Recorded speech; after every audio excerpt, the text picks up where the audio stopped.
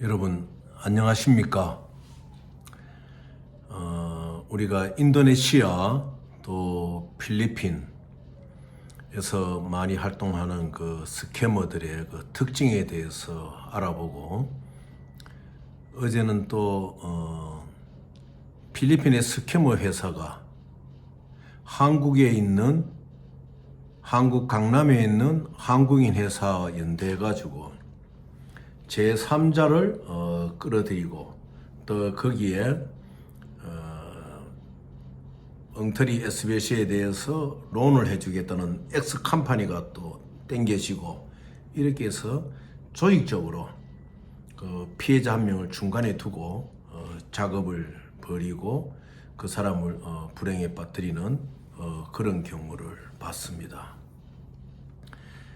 그리고 그 다음에 이제 홍콩의 스캐머들이, 홍콩이 비록 중화인민공화국으로 이제 자치권이 다 넘겨지고 일국양제에 의해서 중화인민공화국의 통제를 받으면서 이러한 스캐머들의 활동이 많은 제약을 받게 됩니다. 심지어는 자기의 백 안에 이런 가짜 서류들을 카피 도장을 찍고 보이드 도장을 찍지 않고 다니다가는 불신검문에 걸리면은 바로 체포가 됩니다. 그만큼 엄하게 하지요. 왜냐 금융이 왕래하는 국가이기 때문에.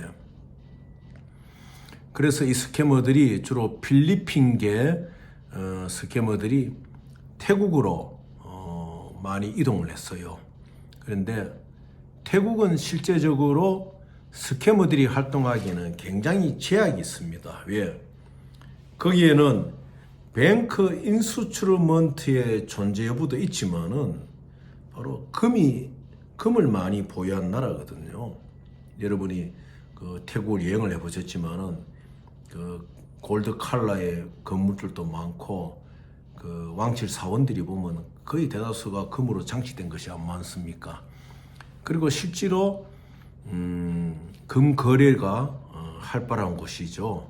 흔히 말하는 포나인 99.99는 좀 많이 활발하지 않더라도 96% 이런 것들은 이제 활발하게 움직여가지고 홍콩으로 가서 다시 재련이 돼서 포나인이 되어서 이제 리셀이 되고 재판매가 되고 이제 그러한 경우가 많습니다. 그래서 골드 거래가 왕래되니까 거기서 뱅크 인스트루먼트를 가지고 그러한 스캠 활동을 한다는 건 상당히 또 제약이 있습니다. 그리고 방콕이나 이 수도지만, 태국의 수도지만, 태국이 또 은행의 어떠한 그런 영업들이 굉장히 그 고지적하지 않습니까? 그래서 그러한 것은 되지를 못합니다. 잘 되지를 못하니까 이 스캐머들이 어디로 나가느냐? 태국에 자리를 두면서 이제 미얀마, 그 다음에 캄보디아, 그 다음에 이제 라오스로도 많이 가요. 왜냐하면 라오스에서는 실제적으로 한 번씩 센트럴 뱅크가 골드를 방출할 때가 있습니다.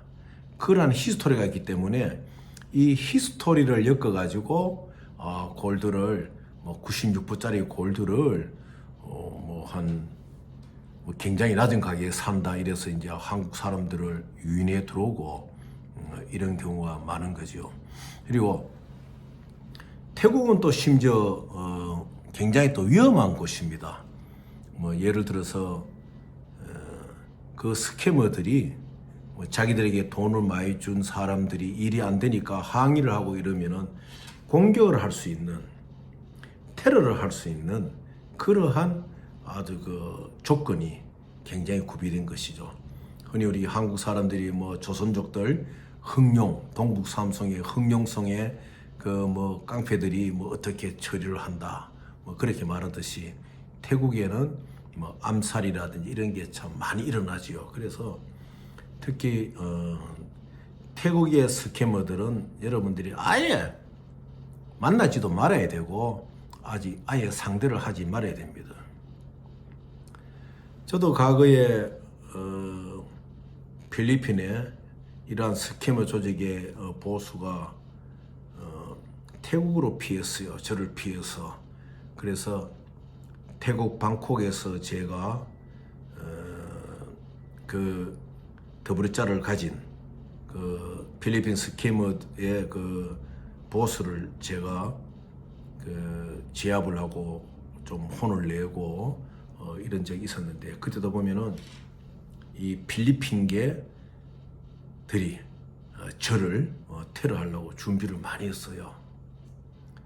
그래서 그 방콕에서 스쿰비스나 뭐 변두리 이런 데서 유인이 돼가지고 굉장히 위험한 고비를 맞기도 하고 이랬지만은, 여러분들이 흔히 보면은 이제 태국에서 어떤 사람들이 있는가 하면은, 내가 태국 왕실에 골드 관리자하고 관계가 있다. 그래서 이 사람이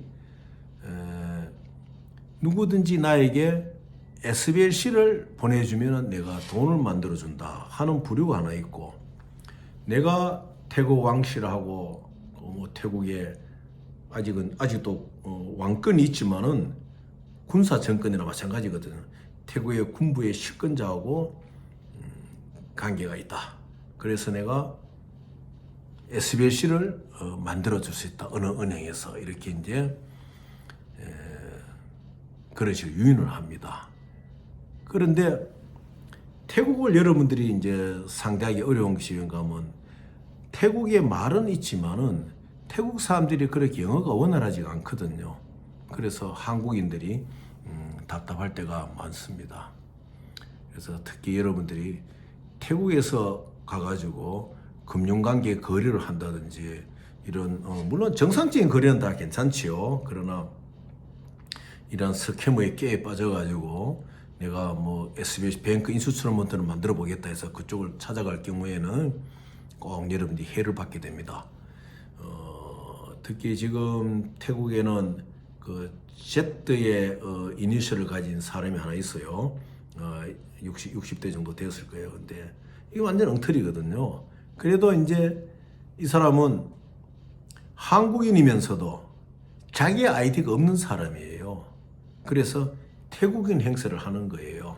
그리고 이런 밀짚 모자도 쓰고 좀 신비스럽게, 그 태국이라는 나라가 또 보면은 좀 그러한 신비적인 모습도 갖추고 있기 때문에 그렇게 해가 자기가 뭐 엄청난 태국 왕실하고 관계가 있어가지고 이렇게 뭐 SBLC도 만들어줄 수 있고 뭐 투자도 해줄 수 있다, 이런 식으로 여러분들을 이제 유혹할 때가 많습니다.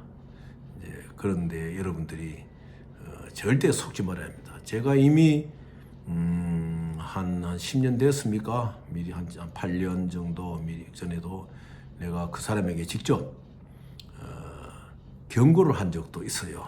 그런데 아직까지도 활동을 하면서 최근까지도 한국 내의 특정 종교 집단에, 물론 그 종교 집단이 그 사람 손을 잡은지는 제가 모르겠어요. 잡을 리는 없겠죠. 그런데 그 특정 종교 집단의 몇몇 사람들하고 손을 잡고 한국인들은 유인해 들어와요. 이렇게 태국으로. 그래서 뭐 처음에는 잘해주죠.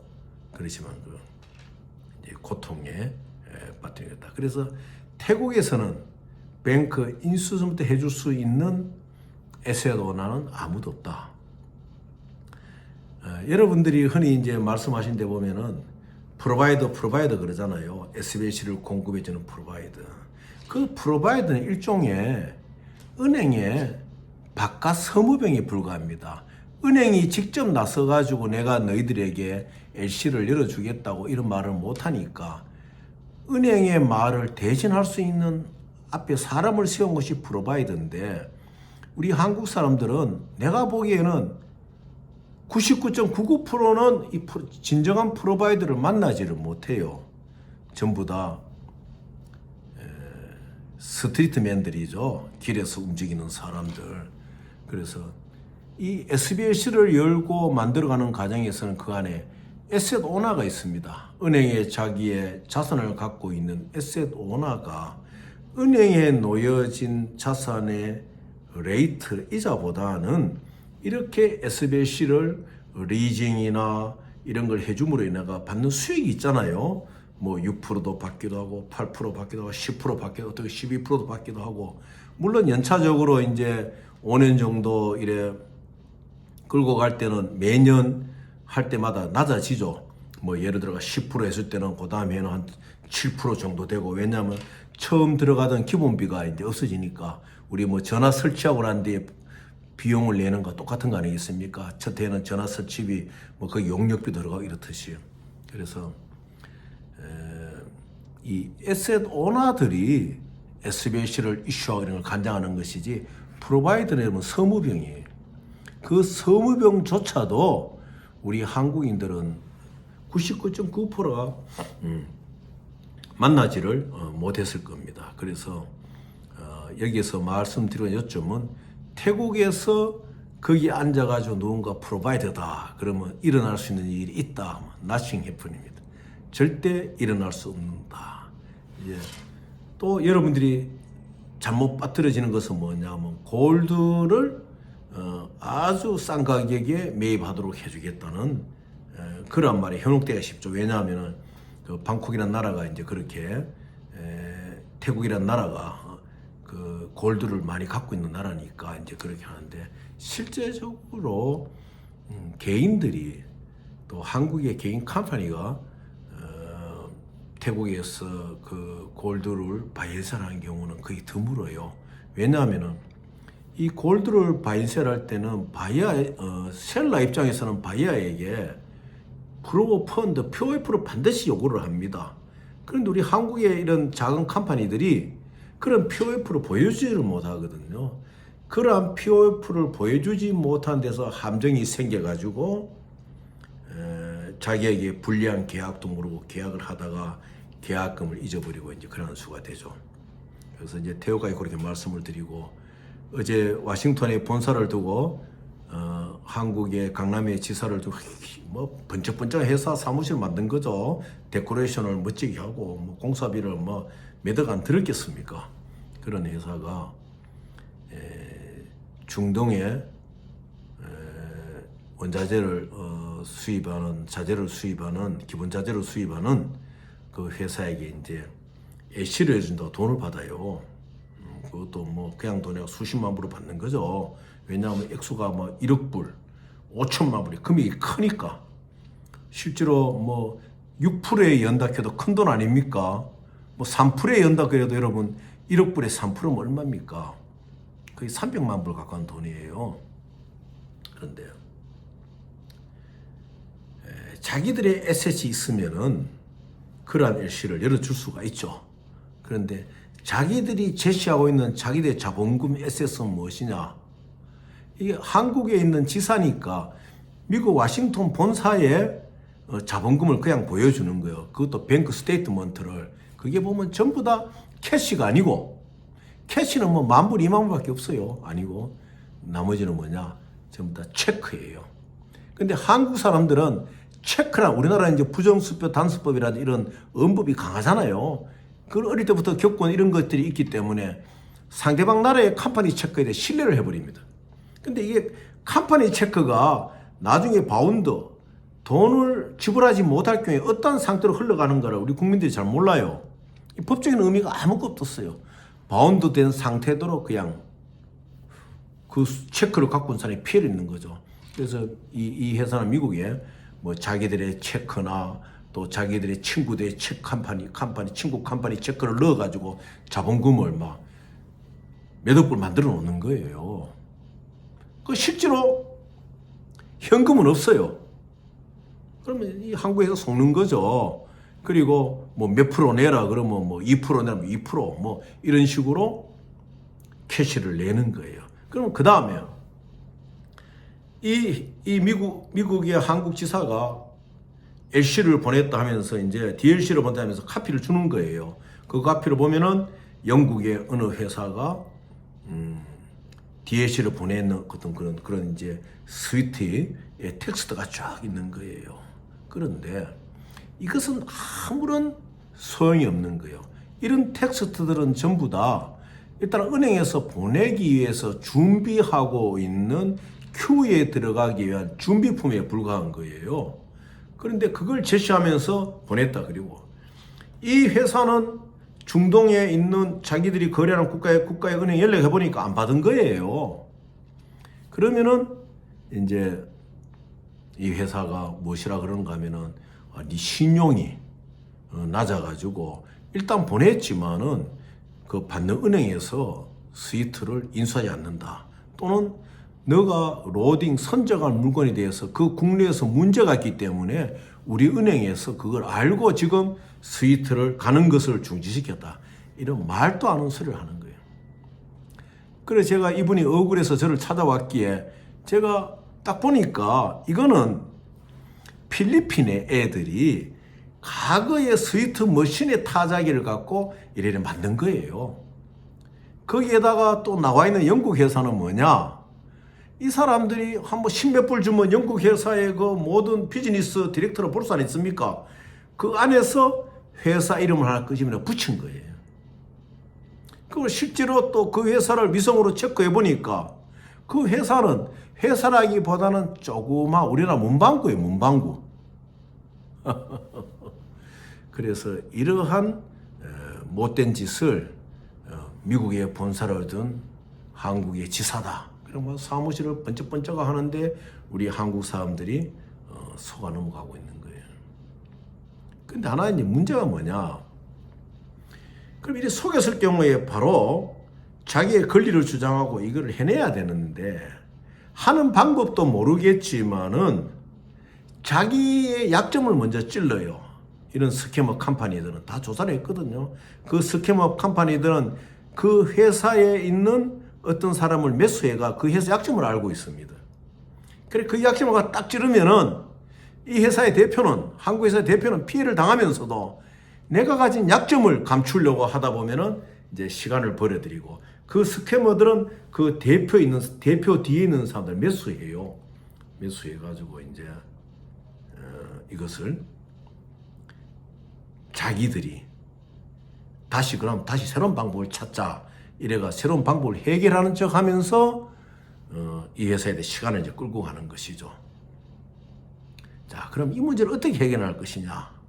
이거는 내한테 약점이 있더라도 내 약점은 내 약점대로 처분을 받는다는 각오로 이 회사의 잘못된 것을 노출시켜야 됩니다. 그러한 용기가 또 필요해요.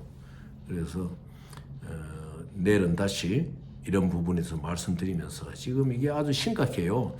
미국에 뭐 워싱턴에 본사가 있다. 그리고 서울에 지사를 내놓고 사무실을 멋지게 꾸며놓고 우리나라에 참 이런 SBS나 이런 것에 잘 모르는 기업들을 농락하고 있고 개인들에게 큰 피해를 주고 있는 이러한 미국계 회사들이 한국에 있는 거예요.